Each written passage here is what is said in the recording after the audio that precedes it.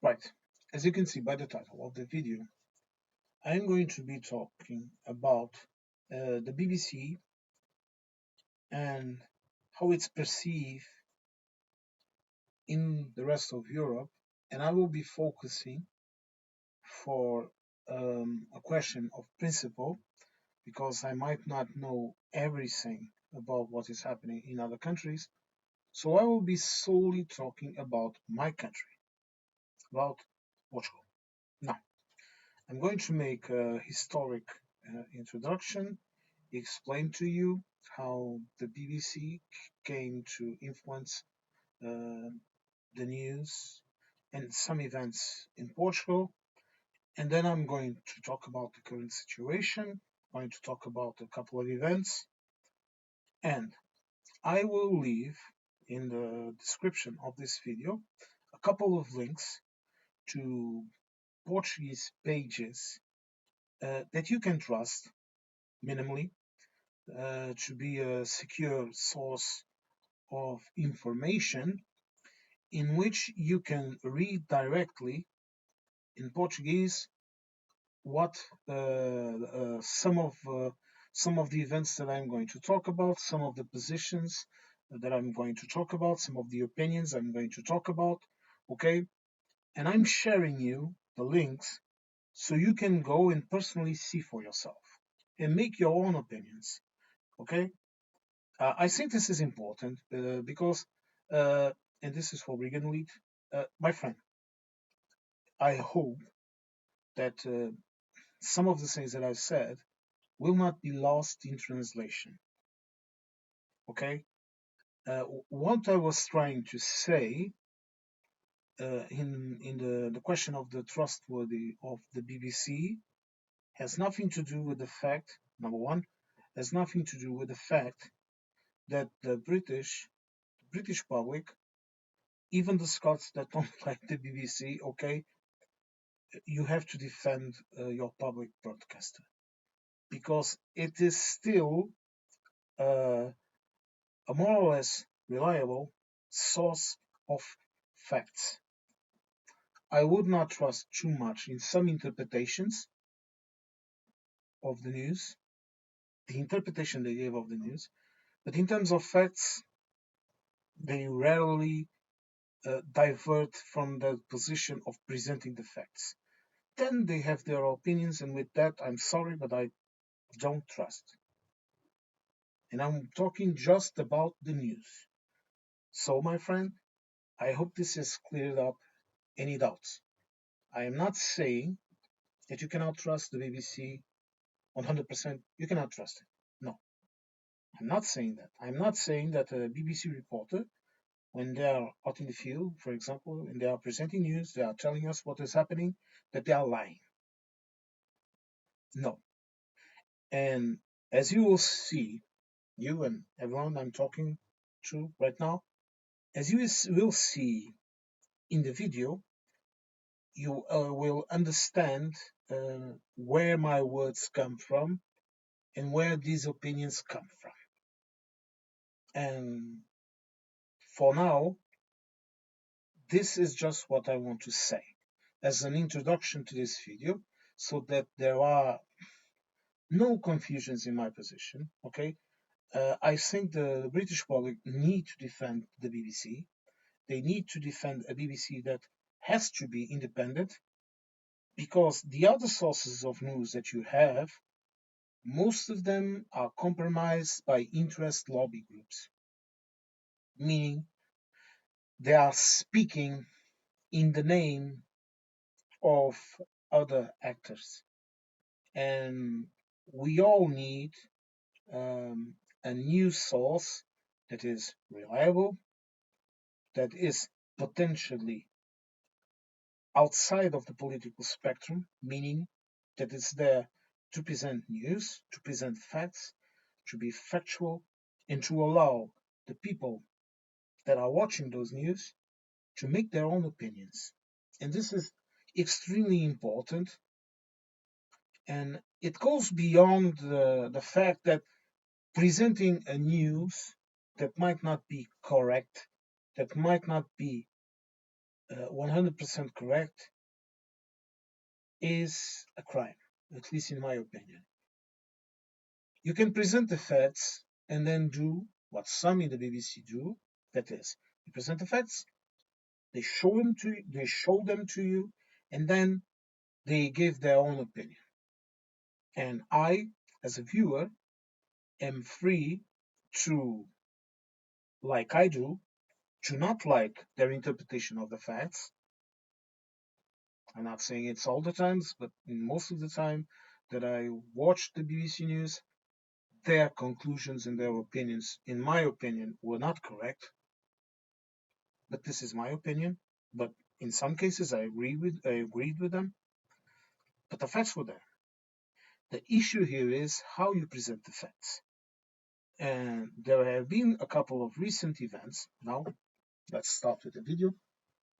And I'm going to start by saying something that might offend a lot of people and that I never thought I would find myself saying, which is Trump was right.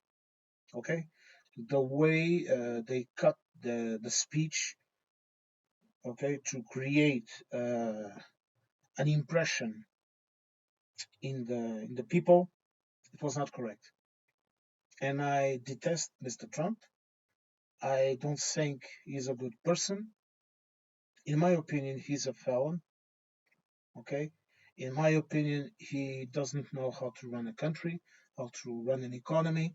And as a person, I don't like to offend people directly and not criticize. I don't like to criticize a person. I criticize what that person does and how that person behaves. So in terms of behavior, I think it's absolutely disgusting. It repels me. It annoys me, and I simply would not be able to be in the same room as that person. But he was right. The BBC did cut his speech in order to create an impression. In the links that I will leave, you will find that they will talk about that also in those links. And you can use a translator or something like that, okay? Translate it to English, to German, to French, to whatever the language of your choice. Or you can even try and, when you open the page, and see if they have an English version. Some of them, at least two of them, I think they have an English version. But this way, you will go directly to the source of some of the news, some of the media, where I went to pick up some of these. I took a while, took a couple of ones, and I dropped it here so you can go there. You can watch the news and you can make your own conclusions about the facts because this is how I think journalism should be done. And I'm not a journalist. No. Okay? I am definitely not a journalist. Okay? But I think this is how it should be done. You should present the facts and then you could say, this is my opinion. And that will be all fine and dandy. When people start to try and use facts and bend them to the right or to the left in order to sustain their narrative, that is where I have an issue. And that is precisely where I have an issue with some of the news that the BBC let out and the way that they did it. So, first, let's start from the beginning. During the dictatorship here in Portugal, the BBC was very important because the BBC, that most people they didn't have TVs. A couple of people had a TV when it was introduced here in Portugal, but most of the country had radios. Okay, to be blunt, this is how it was. Later, in the 60s and then in the 70s, it became quite common to have a TV. But before that, no. The country was too poor, and also the state wanted to maintain a degree of control over the media. And it did control it up until the late 60s, early 70s, okay, when the regime ended, the 1974. But continue. The BBC was very important because the BBC broadcasted in Portuguese. Okay, very important. They would give the people that were in a country where information and media was heavily controlled, they would give those people a window to the world.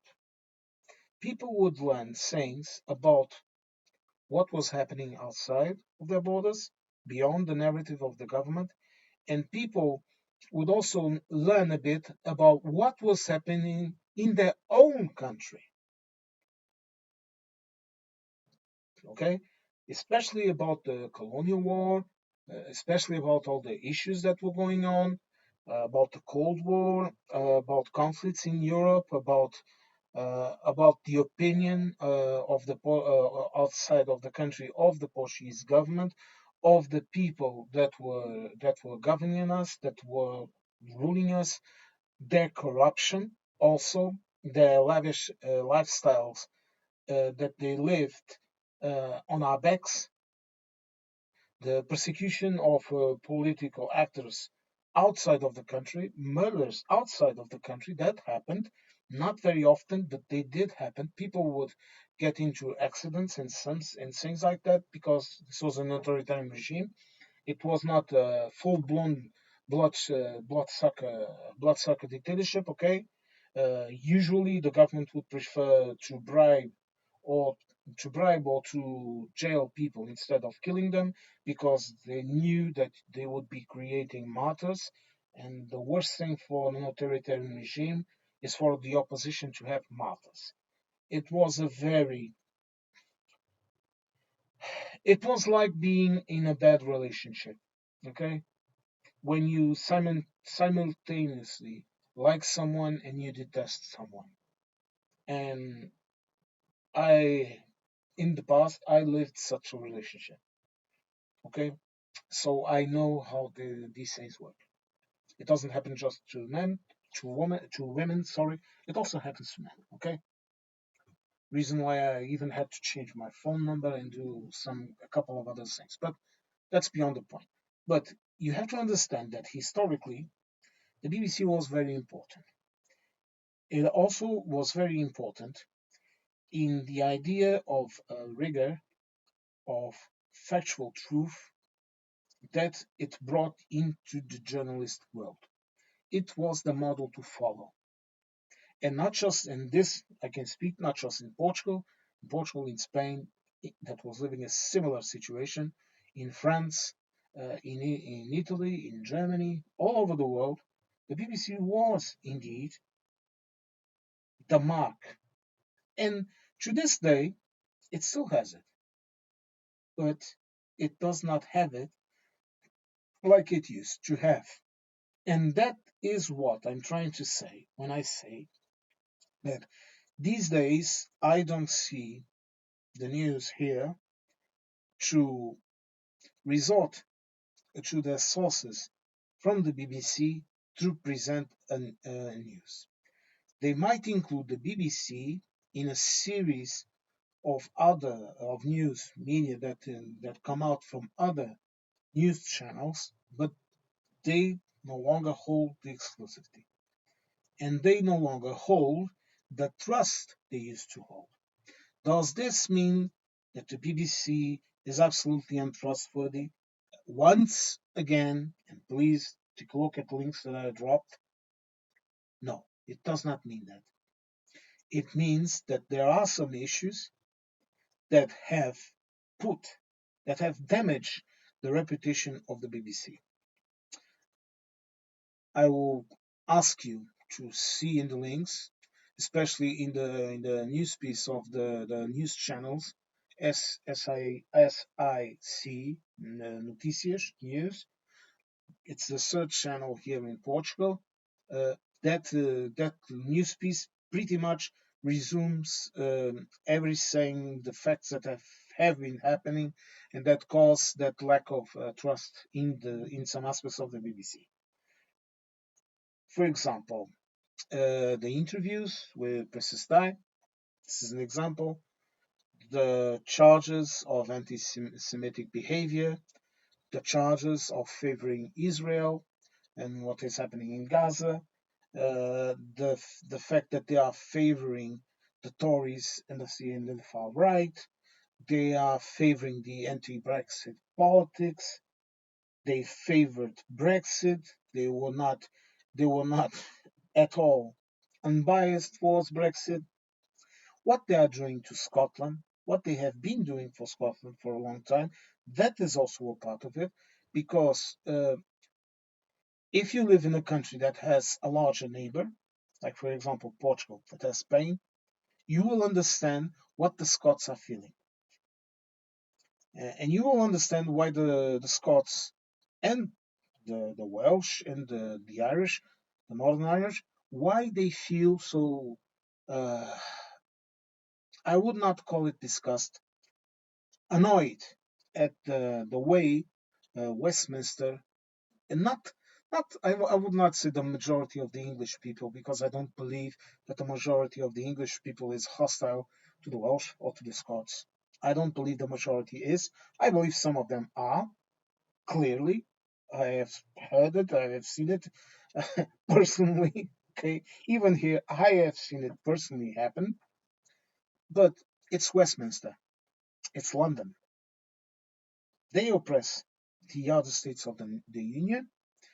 They don't treat them with respect, and the BBC is used as a weapon in that particular war. Sorry, again, this is my opinion. I say it, I am honest with you, I don't lie. If I'm mistaken, correct me, please. But this is my opinion. This is how I see things from the outside. And again, I would say this to the British people. In this historical situation, the BBC played an invaluable role in helping another country, in this case Portugal, to understand what was happening around them. And you had that trust.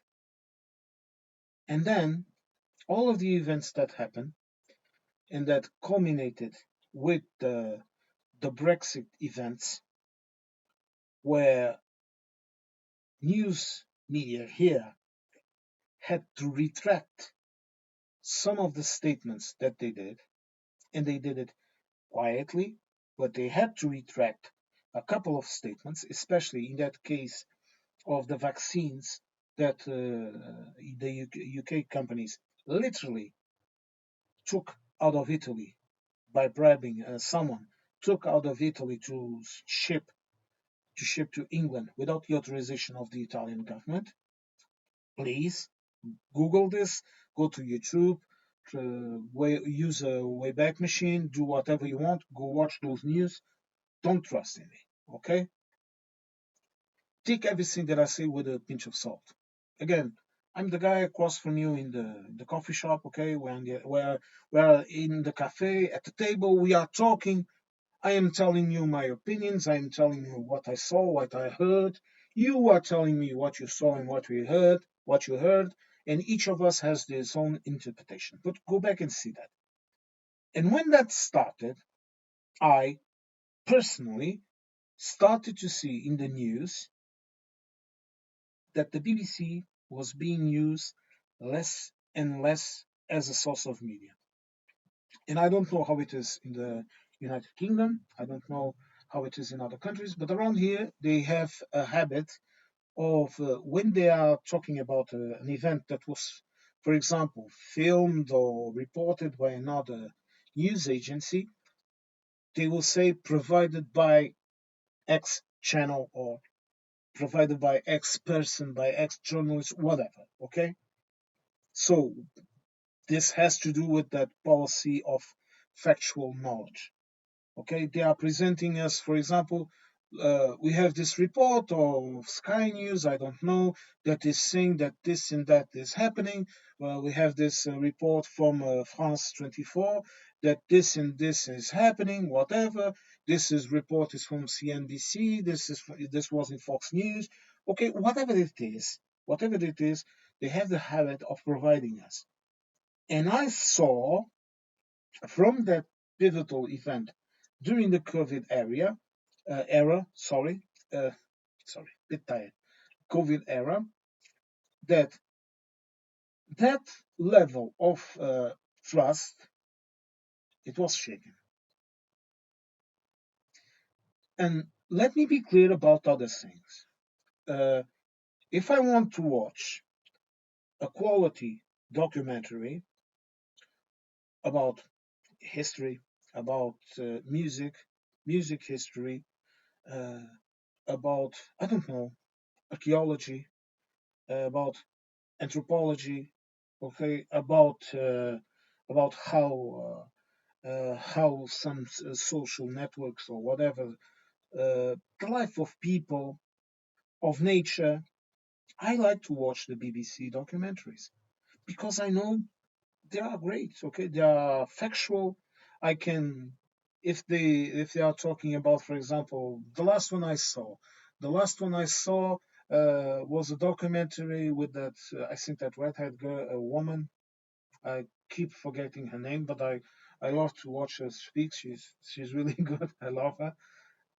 And she was talking about Nietzsche, for example.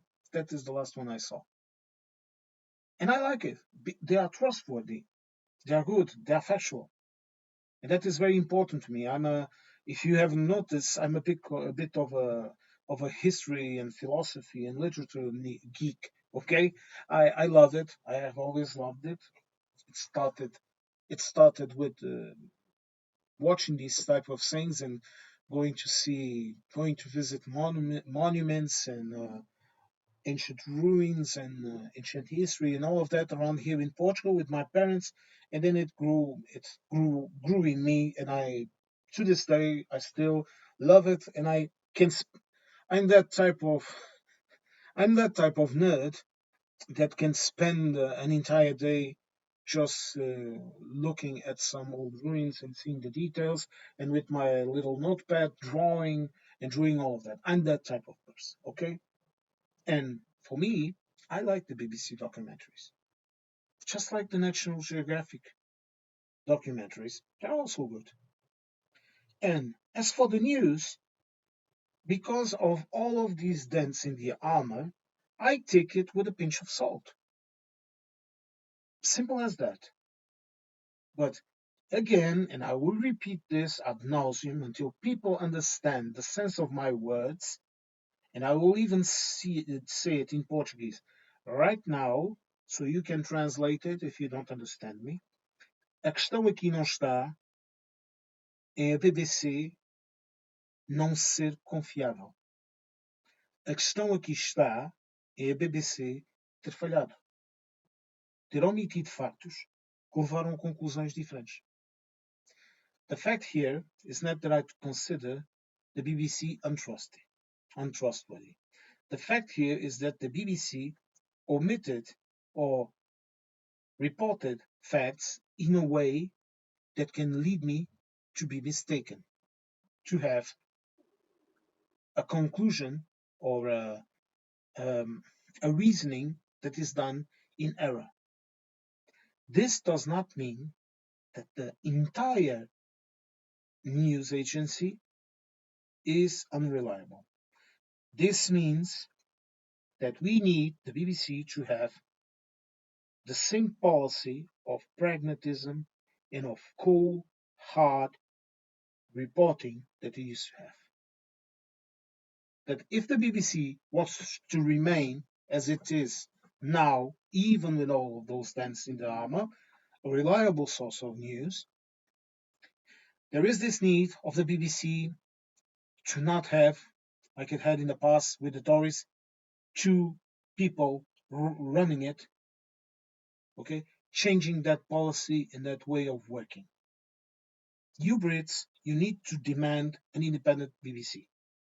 A BBC that will report things that the government doesn't like, that the opposition doesn't like, that Mr. Trump does not like, that Portugal does not like, that Germany does not like, that England does not like, that Scotland does not like, that the entire world does not like. A BBC that is that picture perfect that it used to be of serious reporting, non-biased reporting.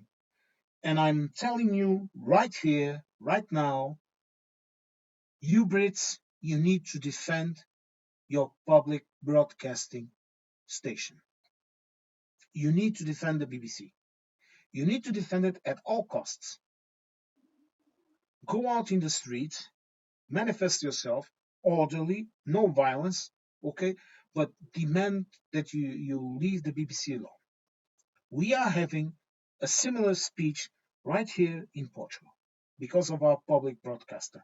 We have some people that are apparently, and I will say allegedly because I'm not entirely certain of it, but there are people that are directing the news agents, our news agency, and instead of listening to the council that is supposed to guide the way the public broadcaster uh, does its job, its thing, okay, they are drifting to a single person that is trying to run things his own way with his own bias, and that is absolutely incorrect. If this is real, I have no idea if it's real. It's all allegedly, and I would like to emphasize this allegedly. But we are having a similar discussion here. And even with all of these discussions about the cost, about this, about that, about money, about all this shit, I tell you this: we need our own public broadcaster to be independent and to be outside of this entire economic based political system. And I think every country in Europe needs a reliable news agency. Okay, the Americans, you need PBS, and you would need it to be completely independent and funded by your taxpayers' money, not donations. I I have a notion of how it is funded, but I think you should invest in a public broadcasting system, in the PBS. You should. And as for the Brits, look, what happened with Trump cannot happen. The BBC has to go back to that serious pragmatism and factual truth to report everything. Okay, look, why the BBC could have reported, for example, saying that the words of Mr. Trump, and then show the entire speech, incited the riots that happened and that attempt of toppling the government. To me, it was it was a coup. This is my opinion. It was an attempted coup. The BBC could report all that, and it could report what Mr. Trump said in each moment. But to cut a part of a speech and to glue it with another, and knowing, as anyone would know, that this would create a predetermined sentence, that is not correct. Even if you're right, even if you are right, even if you are trying to show that words matter, even if you are trying to show that the following of those words produce that effect, that is not correct. And here I am standing, and I never thought I would defend Trump. But I'm not defending him. I'm defending the fact of what happened. And these little things are being used by people in the far right, for example, like Mr. Farage, like Mr. Tice. I heard them speak about it, so this is also factual truth. I'm not allegedly saying anything. I'm saying what I heard. They are using this in order to undermine the existence of the BBC itself. And if I was a British citizen, even a Scottish one, I would be fearful of it. I would not like it like that this is happening. I would defend my public broadcasting station. I would defend it. And I would try to make it what it once was. That it still is, even with all those dents. It still is, because there are, I have no doubts that there are still people there that were working there 20, 30, perhaps even 40 years ago. They're still working there. And this is all I have to say. I hope my video has made things now absolutely clear. Okay? And I hope that you understand what I was trying to say when I say that news agencies here now, they only take the BBC word for it when they cross-check the data. And before, they didn't do that because they knew that what they were reporting was true, was absolutely factual. And now it is still factual. But the issue here is, have did they do the same thing they did over COVID? Did they did the same that they did right now with Trump's speech? Okay, questions. And the only way the BBC has of dealing with these things is, my friends, institute a draconian policy of reporting. Don't allow this. Simply don't allow it. And if you find it, correct yourself immediately. Everyone makes a mistake. A reporter can make a mistake. I can make a mistake. You that are listening to me, you can make a mistake. But like Marcos Aurelius said, this is always in my mind. A mistake is only a mistake if you fail to recognize it, even to yourself, and you try to correct it and not repeat it. Simple as that. Everyone can make a mistake. But the issue here is that institutions, we have to call it like that, we have to call it a European institution more than a British institution. But institutions like the BBC, they need to understand their position in the world. They need to understand, they need to understand how serious they have to be about their work. And the British citizens need to understand how far the influence of the BBC goes and how important it is to them as citizens and as a country.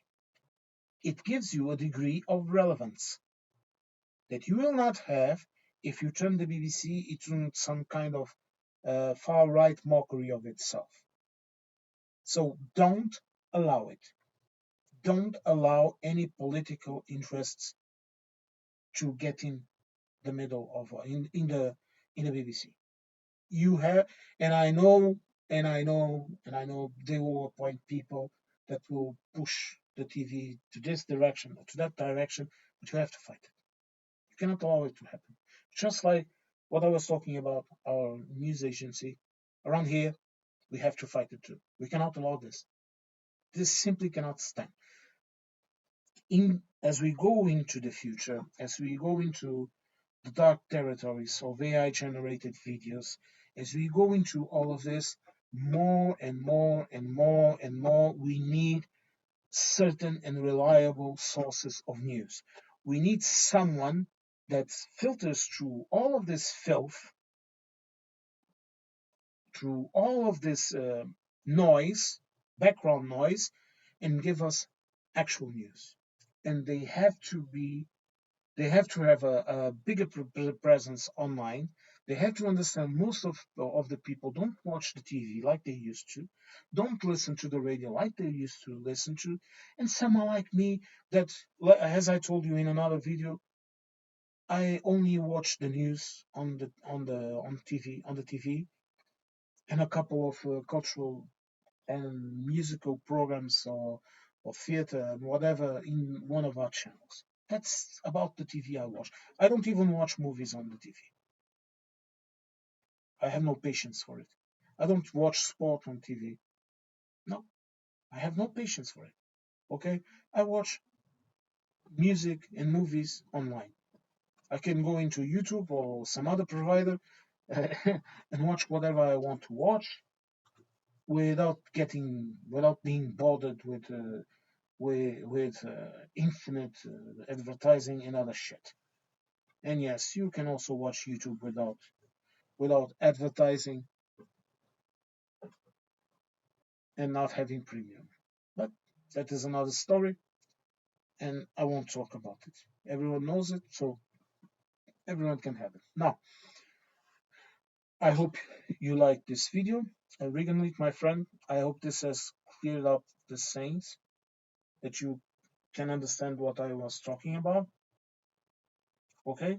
And I hope anyone that had any doubts about my position understands it and understands what I'm talking about and what I was trying to say. Because, this is hard. Even if I speak English since I was around 5 years old, this is a bit hard because the way that you convey ideas in English, it's different from when you are conveying ideas in Portuguese and even in German. It's completely different. It's uh, it's like being a cat and trying to bark like a dog. You understand the metaphor? It's like this. And sometimes even writing it, the words have different meanings. Sometimes you will write something and people will not understand you. So, and I ask anyone, if you have any doubts about something that I have spoken of, ask me in the questions. Ask me in the comment sections. Okay. I also have a contact email that I go to. Once I go to that email to see the new to see any contacts that might be there at least once a week. Okay. So, but I can't be. I'm sorry, but I can't be bothered to have um, a direct phone not phone, but a direct contact and what all of that, because I would feel I would not feel good to have that amount of information just thrown at me. Okay, I prefer to have contact email. I go there once a week. That week, usually on Sunday. Today, today is Sunday as I'm recording this. Go to see it, read up on it, answer any questions that people might have. Okay, watch some videos that people send me. Exotic doll, for example, she sent me a video, and I send it to people that might be interested in using it in their contents and whatever, and also to learn. That is also very important to learn. In this case, what the what the reform counselors are doing and how are they acting towards people, which is disgusting. I don't know how you people in the United Kingdom, how you can tolerate these bastards. Sorry, they act like completely buffoons. Reason why a lot of them are resigning, because they are unable to do their job, and and some people are still supporting that party and that person that owns it, because it's a company. It's not a political party, but I won't get into it. And I will end this video just by saying this to the British people. Even if the BBC is annoying, you need it. You need to have that certainty in your news. You just need it. Even if you don't agree with any of their positions and their opinion pieces and whatever, you needed to have the facts. And the facts are still there. They might say, for example, that Britain sold, I don't know, Britain sold 5 tons of cabbages to the EU. They might not tell you that Britain, the last year, sold 7 tons of cabbages to the EU, and today they only sold, and this year they only sold 5 tons of cabbages. But they will tell you how many cabbages the UK sold. You understand what I'm trying to tell you? And you will know, and you will be able to make your own opinions. You will be able to go back and see how many tons of cabbages the UK sold to the EU, and to see and understand that it sold 2 tons of cabbages less this year. And this is extremely important. This is how factual news works. They present you the facts, they can give you their opinion, but you are free to decide how you are going to process that information. And the BBC still provides it. Okay, the BBC might say that the IAF is right on bombing cities in Gaza, for example, and you might not agree with it. I don't agree with it, okay? But they will tell you they bombed it. They will tell you X amount of people died, for example. They might say the IAF said they did it because of this and because of that. Okay, but they will tell you that, and that is important. Okay, that is very important to understand the facts, to understand what is happening, like we did, when we were under the dictatorship, and we needed the facts to understand the world around us. Okay, now, thank you very much for listening to my little rant. I hope you liked this video. I hope that it cleared up any doubts you had about my position on the BBC, and I hope to catch you all in the next one. Okay, stay safe.